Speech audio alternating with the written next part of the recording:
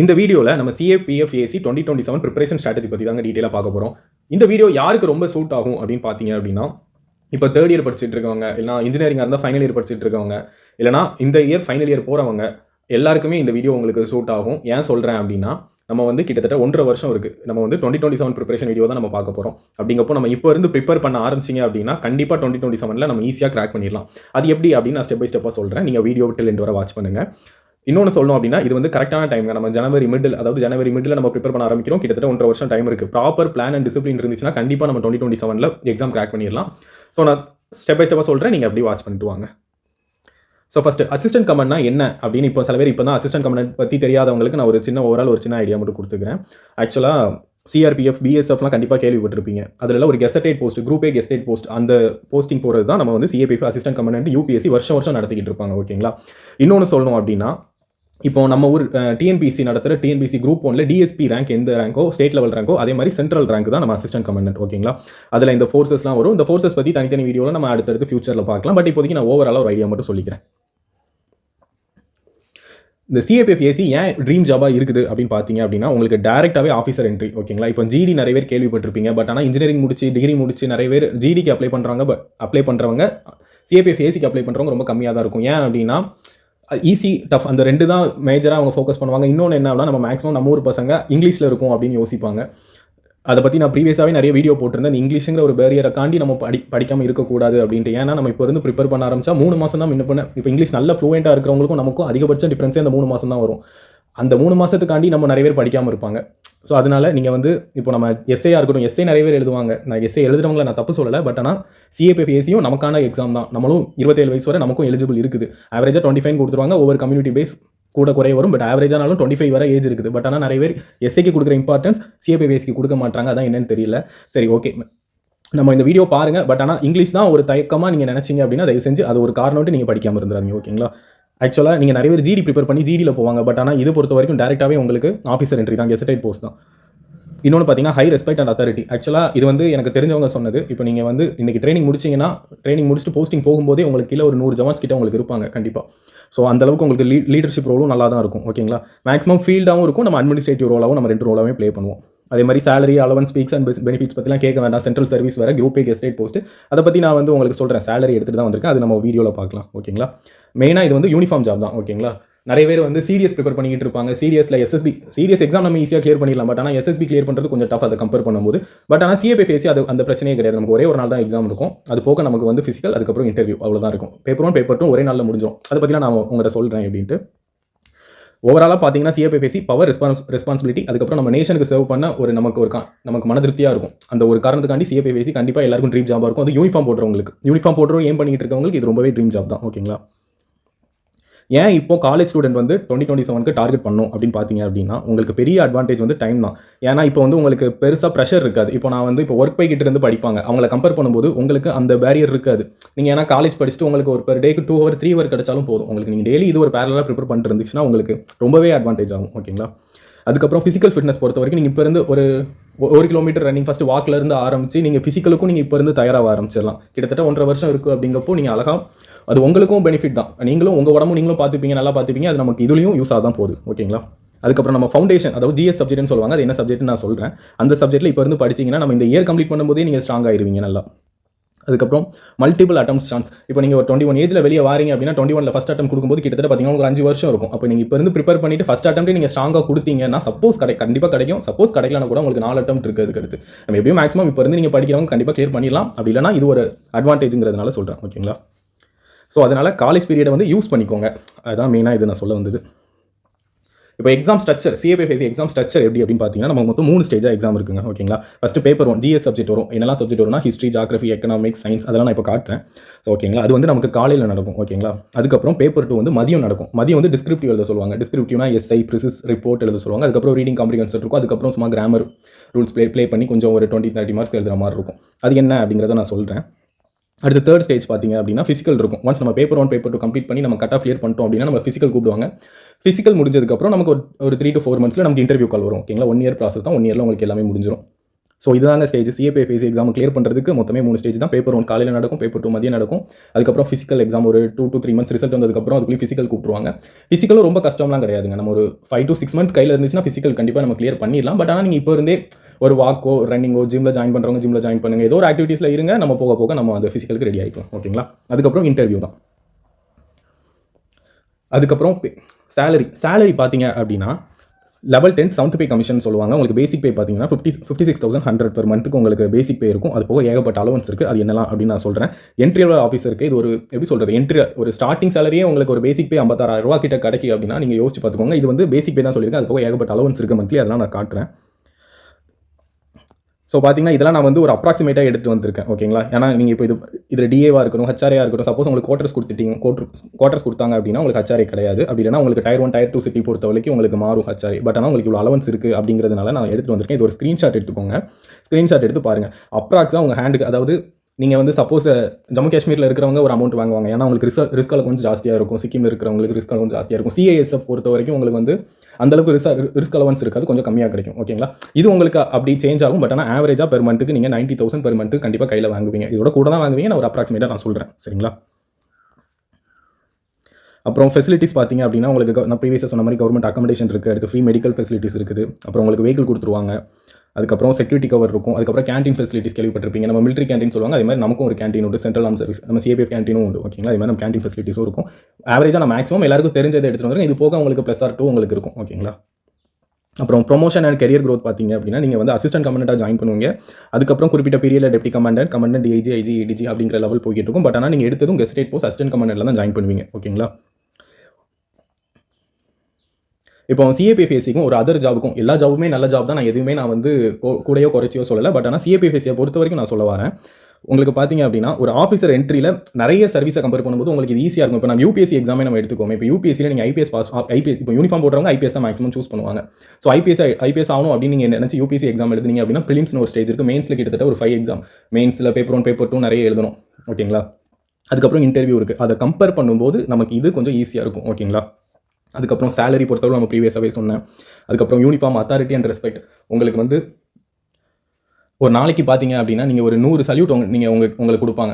So அது ஒரு respect அவ்வளோ இதாக இருக்கும். நீங்கள் வந்து ஒரு கமாண்டண்ட்டாக போய் நிற்கும் போது உங்களுக்கு கீழே அவ்வளோ ஜவான்ஸ் இருப்பாங்க. சேலரி விட உங்களுக்கு இந்த ரெஸ்பெக்டே உங்களுக்கு ஒரு கான்ஃபிடென்ட் கொடுக்கும். அதுக்கப்புறம் ஜாப் செக்யூரிட்டி பற்றி பிரச்சனை இல்லை. நமக்கு ஒரு சென்ட்ரல் சர்வீஸ் தான் நம்மளே எடுக்கிறோம். அது போக மந்த்லி நமக்கு பென்ஷன் உண்டு. பென்ஷன் மீன்ஸ் அவங்க வந்து ஒவ்வொரு ஸ்கீமில் சொல்லுவாங்க. பட் ஆனால் ஒரு அமௌண்ட் உங்களுக்கு மாதமோ இல்லைனா நீங்கள் ஒரு சர்வீஸ் முடிஞ்சதுக்கப்புறம் ரிட்டையர் பீரியடில் உங்களுக்கு ஒரு அமௌண்ட் கிடைக்கும். ஸோ அந்த அமௌண்ட் பற்றி நம்ம அந்த டீட்டெயிலுக்கு போக வேண்டாம். பட் ஆனால் கண்டிப்பாக உங்களுக்கு எதுவுமே குறைச்சலாக இருக்காது. அது ஒன்று நான் கேரண்டியாக சொல்ல முடியும். ஸோ இப்போ பேப்பர் 1 நான் ஆக்சுவலாக பேப்பர் 1 பேப்பர் 2 சொல்லியிருந்தேன். பேப்பர் 1ல மேக்ஸிமம் சப்ஜெக்ட் இது தான். ஓகேங்களா? இந்தியன் பாலிட்டி, அடுத்து ஹிஸ்ட்ரி, ஜியாகிரஃபி, இந்தியன் எக்கனாமி, அடுத்து சயின்ஸ் அண்ட் டெக், அடுத்து என்விரான்மெண்ட், அதுக்கப்புறம் இன்டர்னல் செக்யூரிட்டி, அதுக்கப்புறம் கரண்ட் அஃபேர்ஸ். இது போக நான் ஒன்று மட்டும் மிஸ் பண்ணிட்டேன், ஆப்டி அண்ட் ரீசனிங். ஓகேங்களா? நமக்கு ஆப்டி அண்ட் ரீசனிங் ஒரு 15 to 20 மார்க்ஸ் வருஷம் கேட்பாங்க. நான் அதை மிஸ் பண்ணிட்டேன். நீங்கள் வந்து நோட் பண்ணி வச்சுக்கோங்க. இந்த ஒரு சப்ஜெக்ட்டும் இருக்குது. ஓகேங்களா? மொத்தம் பேப்பர் 1 சப்ஜெக்ட் பார்த்தீங்கன்னா இவ்வளோ சப்ஜெக்ட் தான். 125 கொஸ்டின் கேட்பாங்க. ஓகேங்களா? மொத்தம் 250 மார்க், அதாவது இன்ட்டு 2 போட்டுப்பாங்க. ஒரு கொஸ்டினுக்கு 2 மார்க், மொத்தம் 125 கொஸ்டின் இதிலிருந்து வரும். ஆக்சுவலாக இதில் நான் ஆப்டி ரீசனிங் சேர்த்து 125 கொஸ்டின் வரும். ஓகேங்களா? நான் இப்போ வந்து இந்த வீடியோவில் நான் ஓவரால் தாங்க சொல்கிறேன். ஓகே, ஸ்பெசிஃபிக்காக இந்தியன் பாலிட்டிலேருந்து வருஷம் எத்தனை கேட்டிருக்காங்க அப்படிங்கிற மாதிரி நான் சொல்ல. ஓவராலாக இந்த சப்ஜெக்ட்லாம் இருக்குது, அதோட புக் லிஸ்ட் என்ன அப்படிங்கிற மாதிரி இந்த வீடியோவில் சொல்கிறேன். பர்சனலாக தனிப்பட்ட முறையில் எப்படி படிக்கணும் அப்படிங்கிறதுலாம் நான் வீடியோ போட்டிருக்கேன். பட் இப்போதைக்கு ஓவராலாக நீங்கள் மட்டும் பார்த்துக்கோங்க. உங்களுக்கு பேசிக்காக கம்ப்ளீட் பண்ணுறதுக்கு இந்த டைம் உங்களுக்கு ரொம்பவே யூஸ்ஃபுல்லாக இருக்கும். சரிங்களா? அதனால இந்த சப்ஜெக்ட்லாம் இருக்குங்கிறத நோட் பண்ணிக்கோங்க. பேப்பர் 2 பார்த்தீங்க அப்படின்னா நான் ப்ரீவியஸாக சொன்ன மாதிரி எஸ்ஏ ரிப்போர்ட், ப்ரிசஸ் ரைட்டிங், அதுக்கப்புறம் ஆர்குமெண்ட் ரைட்டிங்னு ஒன்று உண்டு. அதுவும் நான் இதில் மிஸ் பண்ணிட்டேன். ஆர்குமெண்ட் ரைட்டிங் கேட்பாங்க. அது போக காம்ப்ரிஹென்ஷன் தான். அது ஆக்சுவலாக பேப்பர் 2 பொறுத்த வரைக்கும் நான் எல்லா வீடியோலும் சொல்கிறது தான். நியூஸ் பேப்பர், ஓகேங்களா? நியூஸ் பேப்பரில் நம்ம எந்த அளவுக்கு ஸ்ட்ராங்காக இருக்கமோ பேப்பர் 2ல மார்க் அதிகமாக நமக்கு ஸ்கோர் பண்ணிகிட்டே இருக்கலாம். ஏன்னா இப்போ நம்ம வந்து ஒரு ஹிந்து நியூஸ் பேப்பரில் நீங்கள் ரெகுலராக ரீட் பண்ணுற ஹேபிட் உங்களுக்கு இருந்தால் போதும். நம்ம பேப்பர் 2 பற்றி யோசிக்க வேண்டாம். ஏன்னா அவங்க ஒரு மாதிரி current affairs and static mix பண்ணி தான் நம்ம கேட்பாங்க. ஸ்டாட்டிக்னா நம்ம இதில் ஹிஸ்ட்ரியாக இருக்கட்டும், இந்தியன் பாலிட்டி, நம்மளோட ஸ்டாட்டிக் நாலேஜ் நம்மளை செக் பண்ணுவாங்க. இதில் நம்மளோட கரண்ட் அஃபேர்ஸ் நாலேஜ் எப்படி இருக்குது அப்படிங்கிறத செக் பண்ணுவாங்க. ஓகேங்களா? மேக்ஸிமம் ரெண்டுமே நம்ம ஆல்டர்னேட் மிக்ஸ் பண்ணி எழுதுற மாதிரி தான் இருக்கும். அதெல்லாம் நான் நிறைய வீடியோவில் சொல்லியிருக்கேன். நீங்கள் ஒன்ஸ் கோ த்ரூ பண்ணி பாருங்கள் ப்ரீவியஸ் வீடியோலாம். ஓகேங்களா? ஸோ லாங்குவேஜ் பார்த்தீங்கன்னா இங்கிலீஷ் ஆர் ஹிந்தியில் தான் இருக்கும். நம்ம வந்து மேக்ஸிமம் நம்ம ஊர் மக்கள்லாம் இங்கிலீஷில் தான் சூஸ் பண்ணுவோம். ஓகேங்களா? பேப்பர் 2 பொறுத்த வரைக்கும் ரெகுலராக ரைட்டிங் ப்ராக்டிஸ். அதாவது இப்போ நீங்கள் வந்து காலேஜ் படிக்கிறவங்க இருந்தீங்கன்னா வாரத்துக்கு ஒரு 3 நாள் எஸ்ஐ மட்டும் எழுதி, அதாவது நீங்கள் ஒரு நியூஸ் பேப்பர் படிக்கிறீங்க அப்படின்னா ஒரு கண்டென்ட் உங்களுக்கு இப்போ ஒரு ஆர்டிகல் படிக்கிறீங்கன்னா அந்த ஆர்டிக்கலில் உங்களுக்கு என்ன புரியுதோ அதை எழுதி ப்ராக்டிஸ் பண்ண ஆரம்பிங்க. நம்ம போக போக நம்ம அதை டெப்த்தாக பண்ணிக்கலாம். பட் ஆனால் ஃபஸ்ட்டு உட்காந்து எழுதுங்க. ஃபஸ்ட்டு எழுதுனா தான் நமக்கு அது தெரியும். ஆக்சுவலாக நமக்கு அந்த நியூஸில் என்ன புரிஞ்சிருக்கு அப்படின்னு அது எதையும் யோசிக்காமல் நம்ம படித்ததை வச்சு எழுதுனா தான் நமக்கு அதோட நம்ம எப்படி நம்ம கெப்பாசிட்டி என்ன அப்படின்னு தெரியும். எவ்வளோ கம்மியாக இருந்தாலும் சரி, நீங்கள் ஒரு 5 லைன் எழுதினாலும் சரி, அந்த 5 லைனை நம்ம ஒரு 10 லைனாக ஒரு குறிப்பிட்ட பீரியடில் மாற்றிக்கலாம். பட் ஆனால் எழுதாமல் மட்டும் இருக்காதுங்க. ஓகேங்களா? எதுக்கு நம்ம இப்போவே ப்ரிப்பரேஷன் ஸ்டார்ட் பண்ணணும் அப்படின்னு பார்த்தீங்க அப்படின்னா, இப்போ நீங்கள் காலேஜ் தேர்ட் இயர் இல்லைனா ஃபைனல் இயர், அதாவது ஆர்ட்ஸ்னா டிகிரினா இப்போ ஃபைனல் இயர் படிச்சுட்டு இருக்கவங்க, இல்லை இன்ஜினியரிங்னா தேர்ட் இயர் படிச்சுட்டு இருக்கவங்க ஏன் இப்போ ஸ்டார்ட் பண்ணணும் அப்படின்னா, உங்களுக்கு சிலபஸை பற்றி எந்த ப்ரெஷருமே கிடையாது. ஏன்னா கிட்டத்தட்ட உங்களுக்கு 1.5 வருஷம் டைம் இருக்குது. ஓகேங்களா? அதனால நீங்கள் எவ்வளோ முடியுமோ அவ்வளோ ரிவிஷன் பண்ணிக்கலாம். உங்களுக்கு அவ்வளோ பிளென்டி ஆஃப் டைம்ஸ் இருக்கும். அதுக்கப்புறம் ஃபிசிக்கல் டெஸ்ட்டை பற்றி நீங்கள் உங்களுக்கு அது அந்த டைமில் ஈஸியாக இருக்கும். ஏன்னா நீங்கள் இப்போ இருந்தே ப்ரிப்பேர் பண்ணும்போது இந்த இயரே நீங்கள் வந்து ஃபிசிக்கலில் ரெடி ஆயிருவீங்க. அப்படிங்கப்போ நீங்கள் நெக்ஸ்ட் இயர் பார்க்கும்போது உங்களுக்கு பெருசாக அதுக்கும் வரி இருக்காது. உங்கள் கான்ஃபிடன்ஸ் லெவல் ரொம்பவே இன்க்ரீஸாக இருக்கும். ஏன்னா நம்ம இப்போ இருந்து படிக்கிறோம் அப்படின்னா கிட்டத்தட்ட 1.5 வருஷம் டைம் இருக்குது. அப்படிங்கும்போது உங்களுக்கு பிளென்டி ஆஃப் டைம் இருக்கும். அதனால அதுக்கேற்ற கான்ஃபிடென்ட்டும் உங்களுக்கு பூஸ்ட் ஆகும். ஓகேங்களா? இப்போ கிட்டத்தட்ட ஒரு 1.5 வருஷம் டைம் இருக்குது. நான் ஓவராலாக இந்த இயர் நெக்ஸ்ட் ஒரு 6 மந்த் இருக்குது. அதெல்லாம் கம்பேர் பண்ணி பார்த்தோம் அப்படின்னா ஃபஸ்ட்டு ஃபவுண்டேஷன் பில்ட் பண்ணணும். நம்ம இப்போ இருந்து பொறுமையாக ஃபவுண்டேஷன் பில்ட் பண்ண ஆரம்பிக்கிறோம். செகண்ட் ஒரு லாஸ்ட் 6 மந்த் வந்து நம்ம ஃபுல்லாகவே ப்ராக்டிஸ் தான். ஓகேங்களா? அதனால நான் ஒரு ஓவர் வியூவாக கொண்டு வந்திருக்கேன். இப்போ நீங்கள் காலேஜ் படிச்சுட்டு இருக்கீங்க அப்படின்னா இது என் பிளான் தான். பட் ஆனால் நீங்கள் அது உங்கள் டைம் கொடுக்குற மாதிரி நீங்கள் பார்த்துக்கோங்க. ஒரு நாளைக்கு ஒரு ½ hour மட்டும் ஃபிசிக்கலுக்கு டைம் கொடுத்துருங்க. சரிங்களா? அது நீங்கள் வந்து ஒரு டெய்லி ஒரு 1 கிலோமீட்டர் ஜாகிங் ஓடலாம், இல்லைனா ஒரு ஜிம்முக்கு போய் ஒர்க் அவுட் பண்ணலாம். ஏதோ ஒன்று. ஆனால் ஃபிசிக்கல் ஆக்டிவிட்டிஸ் கண்டிப்பாக இருக்கணும். அதுக்கு டெய்லி ஒரு ½ hour டைம் கொடுத்துக்கோங்க. அதுக்கப்புறம் உங்களுக்கு ஈவினிங்கோ நைட்டோ இல்லைனா மார்னிங் மேக்ஸிமம் உங்கள் காலேஜ் நீங்கள் ஒர்க்கை பாருங்கள். அப்படி இல்லைனா ஈவினிங் வந்து ஒரு 3 hours ஜிஎஸ் சப்ஜெக்ட் கொடுங்க. அது என்னென்ன சப்ஜெக்ட் அப்படிங்கிறத நான் சொல்கிறேன். அதுக்கு நீங்கள் ஒரு 2 to 3 hours டைம் ஸ்பெண்ட் பண்ணி உங்களால் முடிஞ்சதை நீங்கள் ரிவிஷன் பண்ணி படிங்க. புரிஞ்சு படிங்க. டைம் ஆனாலும் பரவாயில்ல, புரிஞ்சு படிச்சுட்டு இருங்க. நம்ம இந்த இயர்க்குள்ளே நீங்கள் கம்ப்ளீட் பண்ணிப்பீங்க. ஓகேங்களா? அதுக்கப்புறம் கொஞ்சம் மொபைல் யூசேஜை கொஞ்சம் கம்மி பண்ணிக்கோங்க. நீங்கள் நார்மலாக யூஸ் பண்ணுற ஒரு 2 hour இந்த படிக்கிறதுக்கு கொடுங்க. அது போதும். ஓகேங்களா? மற்றபடி உங்கள் ரெகுலர் ரொட்டீன் நீங்கள் பார்த்துக்கலாம். ஏன்னா நமக்கு பிளென்டி ஆஃப் டைம் இருக்குது. நீங்கள் படிக்கிறது மட்டும் மெதுவாக படிங்க. இன்னொன்று சொல்லணும்னா கன்சிஸ்டன்ட் தாங்க முக்கியம். நீங்கள் எப்படி சொல்கிறது, எவ்வளோ நேரம் படிக்கிறீங்கன்னு முக்கியம் இல்லை, டெய்லி நம்ம படிக்கிறோமா அதுதான் முக்கியம். நான் ஒரு நாளைக்கு 4-5 மணி நேரம் படிச்சுட்டு அடுத்து 2 நாள் புக்கை தொடல அப்படின்னா நல்லா இருக்காது. நான் டெய்லி ஒரு 2 மணி நேரம் படிப்பேன் அப்படிங்கிறது தான், அதுதான் உங்களுக்கு கை கொடுக்கும். ஓகேங்களா? அப்புறம் ஒரு காமன் மிஸ்டேக்ஸ், என்னென்ன மிஸ்டேக்ஸ்லாம் நம்ம பண்ணுவோம் அப்படின்னு பார்த்தோம் அப்படின்னா, ஃபைனல் இயர் வரை வெயிட் பண்ணுறது. ஆக்சுவலாக இப்போ எப்படி உதாரணத்துக்கு சொல்லணும் அப்படின்னா, இந்த இயர் எக்ஸாம் வருது. இப்போ காலேஜ் படிச்சுட்டு இருக்கவங்க, ஃபைனல் இயர் படிச்சுட்டு இருக்கவங்க ஒரு ஏப்ரல் மேல முடிப்பாங்க. ஆகஸ்ட் மாதம் நீங்கள் எலிஜிபிள் தான். பட் ஆனால் நீங்கள் வந்து முடிச்சு பார்த்துக்கலாம் அப்படிங்கப்போ உங்களுக்கு டைம் ரொம்ப கம்மியாக இருக்கும். 3 month இருக்கும். அப்போ நம்ம 3 monthல ப்ரிப்பரேஷன் பண்ண எனக்கு ரொம்ப கஷ்டம். அப்படிங்கிறதுனால நீங்கள் எவ்வளோ சீக்கிரமாக ஆரம்பிக்க முடியுமோ அவ்வளோ சீக்கிரமாக ஆரம்பிச்சிருங்க. ஓகேங்களா? ஃபிசிக்கலை இக்னோர் பண்ணுறது. ஏன்னா ஃபிசிக்கலுக்கு நமக்கு மார்க் கிடையாதான். பட் ஆனால் நிறைய பேர் ஃபிசிக்கல்ல இருந்து ரிஜெக்ட் ஆயிருக்காங்க எனக்கு தெரிஞ்ச நிறைய பேர். அதனால ஃபிசிக்கலில் வந்துட்டு மார்க் இல்லை, அசால்ட்டாக இது விட்டுறாதீங்க. சரி ஓகே அப்போ பார்த்துக்கலாம் அப்படின்ட்டு இப்போ இருந்தே ப்ராக்டிஸ் பண்ண ஆரம்பிங்க. வீக்லி ஒரு 3 to 4 days ப்ராக்டிஸ் பண்ணுங்க போதும். அதுக்கப்புறம் டூ மெனி புக்ஸ் ரீட் பண்ணுறது. இப்போ பாலிட்டினா லட்சுமிகாந்த் படித்தாலே போதும். ஆக்சுவலாக பேசிக் என்சிஆர்டியில் படிச்சுட்டு லட்சுமிகாந்த் படித்தாலே பாலிட்டி நம்ம ஸ்ட்ராங்காக இருப்போம். அதை தவிர்த்து நம்ம வேறு நிறைய ஸ்டாண்டர்ட் ஆத்தர் புக்ஸ்லாம் வாங்கி படிக்கிறது வேஸ்ட். அதனால டூ மெனி புக்ஸ் நிறைய எல்லார் வீடியோலையும் ஒவ்வொரு புக்கு சொல்லுவாங்க. அதெல்லாம் யோசிக்காமல் லிமிட்டடாக வச்சுக்கோங்க. ஓகேங்களா? அதுக்கப்புறம் படிச்சிட்டோம் அப்படின்ட்டு ரிவிஷன் பண்ணாமல் இருக்கிறது. நம்ம என்ன தான் படித்தாலுமே ஒரு மந்த்லி, அதாவது ஒரு வாரம் நம்ம என்னெல்லாம் புதுசாக படிச்சோமோ அதெல்லாம் ஒரு சாட்டர்டே சண்டேக்குள்ளே நம்ம ரிவிஷன் பண்ணிவிட்டு நம்ம அது ரிவிஷன் பண்ணிக்கிட்டே இருக்கணும். அப்போ தான் நம்ம கைக்குள்ளே அது நிற்கும். ஓகேங்களா? அதுக்கப்புறம் இர்ரெகுலர் ஸ்டடி. இப்போ நான் ப்ரீவியஸாக சொன்ன மாதிரி தான், ஒரு 2 நாள் படிச்சுட்டு ஒரு வாரம் படிக்காமல் திரும்ப ஒரு 2 நாள் படிச்சுட்டு அப்படி இல்லாமல் ஏதோ ஒரு ஃபங்க்ஷன் வருது ஒரு 2 நாள் ஆகுது அப்படி போனால் பிரச்சனை இல்லை. பட் ஆனால் இதே ஒரு ரொட்டீனாக கொண்டு போயிடாதீங்க. ஓகேங்களா? ஸோ இந்த மிஸ்டேக்லாம் இல்லாமல் நீங்கள் பார்த்தாலே நீங்கள் ஒரு 50%, ஆக்சுவலாக இந்த மிஸ்டேக் மட்டும் இல்லைனாலே நீங்கள் ஒரு 50% நீங்கள் கவர் பண்ணிடுவீங்க. அது மிச்சம் இருக்க 50% நீங்கள் படிக்கிறது மட்டும் போதும். ஸோ இப்போ புக் லிஸ்ட் பார்த்தோம் அப்படின்னா, நான் ப்ரீவியஸாக சொன்ன மாதிரி இந்தியன் பாலிட்டிக்னு பார்த்தீங்கன்னா லட்சுமிகாந்த் புக். உடனே அந்த வீடியோ பார்த்ததும் நீங்கள் லட்சுமிகாந்த் புக்கை பர்ச்சேஸ்லாம் பண்ண தேவையில்லை. ஃபஸ்ட்டு நீங்கள் வந்து என்ன பண்ணுங்கள், என்சிஆர்டி புக்கை நீங்கள் நம்ம பிடிஎஃபே அவைலபிளாக தான் இருக்கும். இல்லைனா என்கிட்டனாலும் கேளுங்க, டிஸ்கிரிப்ஷனில் நம்பர் கொடுத்துருக்கேன், அந்த நம்பர்கிட்ட கேளுங்க, நான் அந்த புக்கை உங்களுக்கு சென்ட் பண்ணுறேன். நீங்கள் இதுக்குன்னு பர்ச்சேஸ் பண்ணிலாம் எதுவும் வாங்க வேண்டாம். ஓகேங்களா? இந்த லட்சுமிகாந்த் புக்காக இருக்கட்டும். ஃபஸ்ட்டு நம்ம என்சிஆர்டி முடிப்போம்.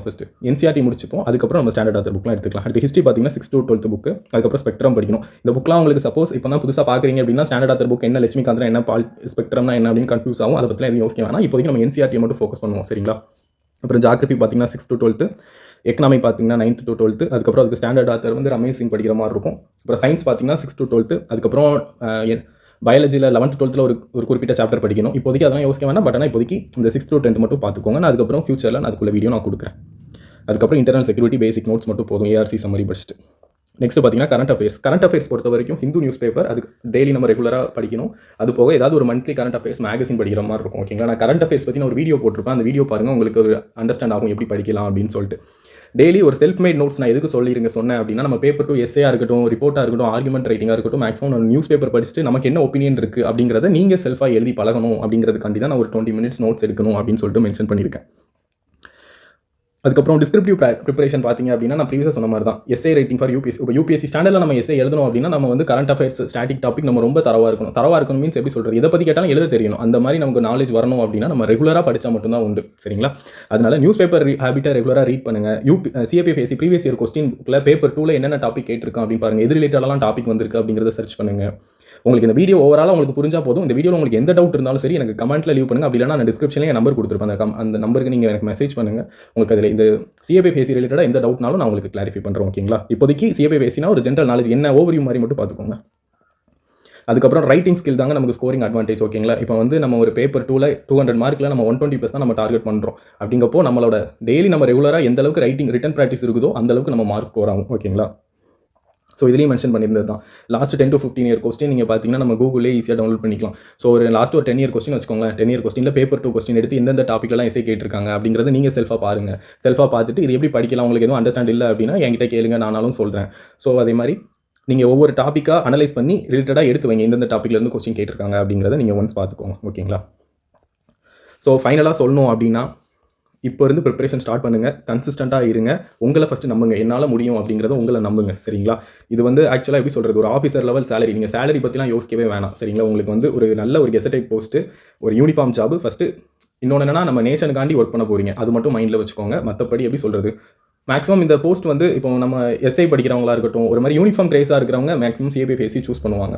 நீங்கள் அதே மாதிரி ஆளாக இருந்தால் கண்டிப்பாக சிஏபிஎஃப்எஸ்சி விட்டுறாதீங்க. கஷ்டமாக இருக்கும்னு மட்டும் நினச்சிட்டு விட்டுறாதீங்க. நான் எந்த அளவுக்கு ஈஸியாக உங்களுக்கு சொல்ல முடியுமோ அந்தளவுக்கு நான் ஈஸியாக என்னால் முடிஞ்ச கைடன்ஸ் நான் கொடுக்குறேன்.